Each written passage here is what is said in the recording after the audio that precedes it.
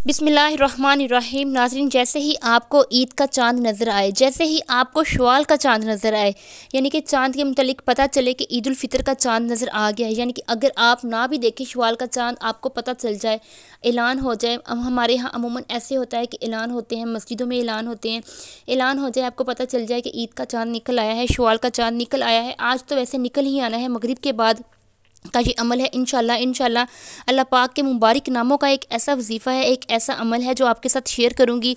आपकी पूरे साल की रिज़्क़ की और दौलत की जो टेंशन है वो ख़त्म हो जाएगी। पूरा साल अल्लाह पाक आपको रिज़्क़ से नवाजेंगे, हर तरह की जो मोहताजगी है वो ख़त्म हो जाएगी। अगर कोई मेरा बहन भाई बीमार है तो अल्लाह पाक उसकी बीमारी दूर फरमा देंगे, अल्लाह पाक उसको शिफाए कामला अता फरमाएंगे। अल्लाह पाक आपको इतना ज़्यादा अता फरमाएंगे कि आपकी मोहताजगी ख़त्म हो जाएगी इंशाल्लाह इंशाल्लाह। जो मेरे बहन भाई एक एक रुपये को तरस रहे हैं, जो मुझे सुन रहे हैं, अल्लाह पाक उनकी तमाम तर परेशानियां दूर फरमाए, आमीन। मैं अल्लाह पाक जिनके ऐसे नामों का एक ऐसा वजीफ़ा शेयर करूंगी इंशाल्लाह इंशाल्लाह। अगर आप इसको करते हैं तो आपको बेहद फ़ायदा होगा कि आप मुझे दुआएं देंगे। ये एक ऐसा वजीफ़ा है जो मुजरब अमल है, जो इस वजीफ़े को करता है दौलत की बोरियां भरकर घर ले आता है। नाज़रीन, वक़्त हमेशा बदलता है, कभी अच्छे दिन होते हैं तो कभी बुरे दिन होते हैं। वक़्त का काम है बदलना। इंशाल्लाह अगर आपके बुरे दिन चल रहे हैं तो अल्लाह पाक इस वक़्त को बदलने पर कादिर है। इंशाल्लाह इंशाल्लाह बहुत जल्द आप पर अच्छे दिन आएंगे।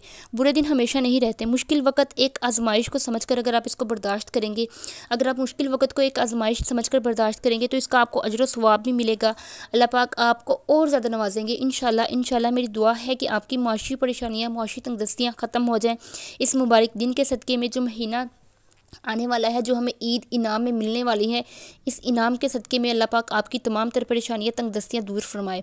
हमारे पास नाज़रीन जो सबसे बड़ा हथियार है वो दुआ है। दुआ एक ऐसी नेमत है कि हम जो अल्लाह पाक से मांगते हैं अल्लाह पाक हमें अता फरमाते हैं। अगर हमारी दुआ कबूल नहीं होती तो वो हमारे लिए सेव कर ली जाती है, यानी कि हमारे ऊपर से कोई बुरा वक़्त हटा दिया जाता है, उसकी वजह से हमारी आखिरत में दर्जात बुलंद किए जाएंगे।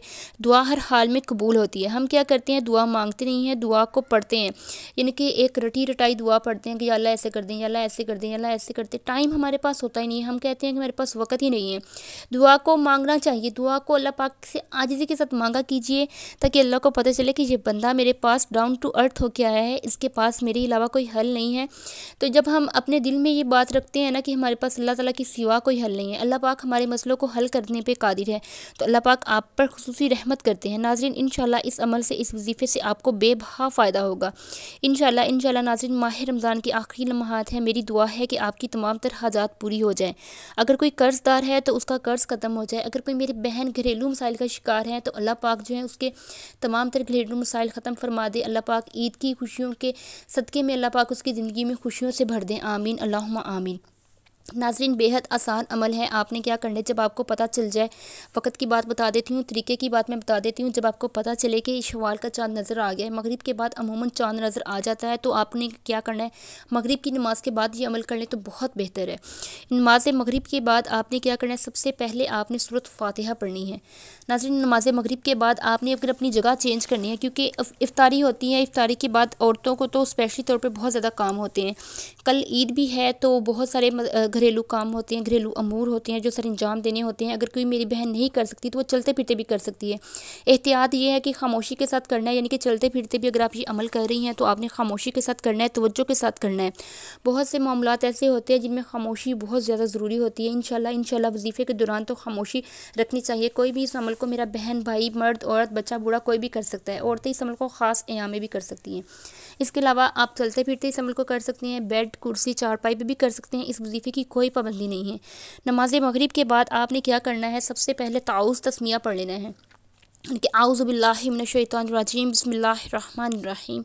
नाज़रीन, उसके बाद आपने 3 दफ़ा पढ़ लें, 7 दफ़ा पढ़ लें, 11 दफ़ा पढ़ लें, यानी कि ताक इदाद में आपने दुरूद इब्राहिमी पढ़ लेना है। अल्लाहुम्मा सल्लि अला मुहम्मदिन व अला आलि मुहम्मदिन कमा सल्लैता अला इब्राहीम व अला आलि इब्राहीम इन्नका हमीदुम मजीद।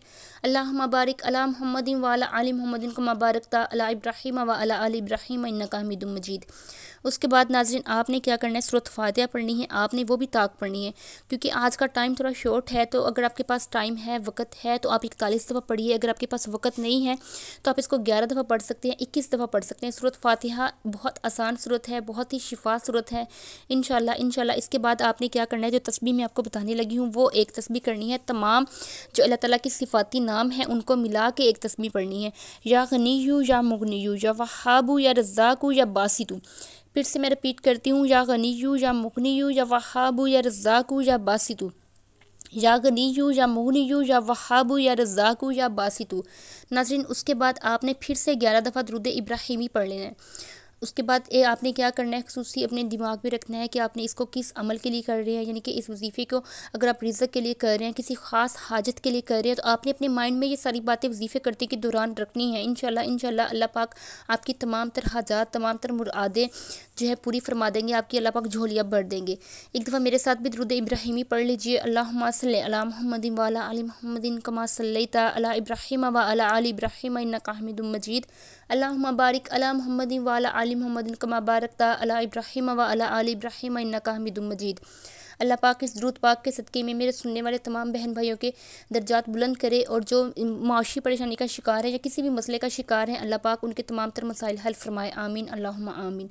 नाज़रीन, वजीफ़ों को करने के बाद आपने क्या करना है, अल्लाह पाक से दुआ मांगनी है। दुआ में सबसे पहले आपने अल्लाह ताला की हम्दो सना बयान करनी है। अल्लाह पाक की अपने लफ्ज़ों में तारीफ़ करना चाहते हैं तो अपने लफ्ज़ों में तारीफ़ कर लीजिए, लेकिन बेहतर यही है कि आप सूरत फातिहा पढ़ लीजिए। और नाज़रीन, अगर आप दुआ के दौरान दुआ मांगते हुए सिर्फ दुरूद इब्राहिमी पढ़ते हैं तो अल्लाह पाक आपको बहुत ज़्यादा नवाजते हैं। यानी कि दुआ मांगने वाले से ज़्यादा नवाजते हैं जो अब बंदा अपने लफ्ज़ों में दुआ मांगता है और जो बंदा दुरूद इब्राहिमी पढ़ता है। इन दोनों चीज़ों में बहुत ज़्यादा फ़र्क है। अगर आप सिर्फ दुरूद इब्राहिमी पढ़ते हैं तो फरिश्ते आपके लिए दुआ करते हैं, यानी कि आपको दुआ मांगने की ज़रूरत ही नहीं रहती। आपके तमाम तर हाजात इसी तरह से पूरी हो जाती है। तो कोशिश किया करें दुआ के दौरान सिर्फ और सिर्फ दुरूद इब्राहिमी पढ़ा कीजिए, और बहुत ही आखिरी हिस्से में सिर्फ अपनी जो दुआ है उसको पढ़ा कीजिए। यानी कि अगर आप आधे घंटे की दुआ मांग रहे हैं तो 25 मिनट दुरूद इब्राहिमी पढ़ लीजिए, और आखिरी के जो 5 मिनट हैं उसमें आप अल्लाह ताला से मांग लीजिए कि या अल्लाह हमारे फ़लाँ मसले मसाइल जो चल रहे हैं उसको हल फरमा दीजिए। इंशाल्लाह अल्लाह पाक आप पर अपनी खुसूसी रहमत करेंगे, खुसूसी करम फरमाएंगे। इसके बाद नाज़रीन, इसकी इजाज़त आम है, कोई भी मेरा बहन भाई बच्चा बूढ़ा इस अमल को कर सकता है। इजाज़त लेने की कोई ज़रूरत नहीं है। इसी के साथ मैं आपसे इजाज़त चाहूँगी। अस्सलाम वालेकुम।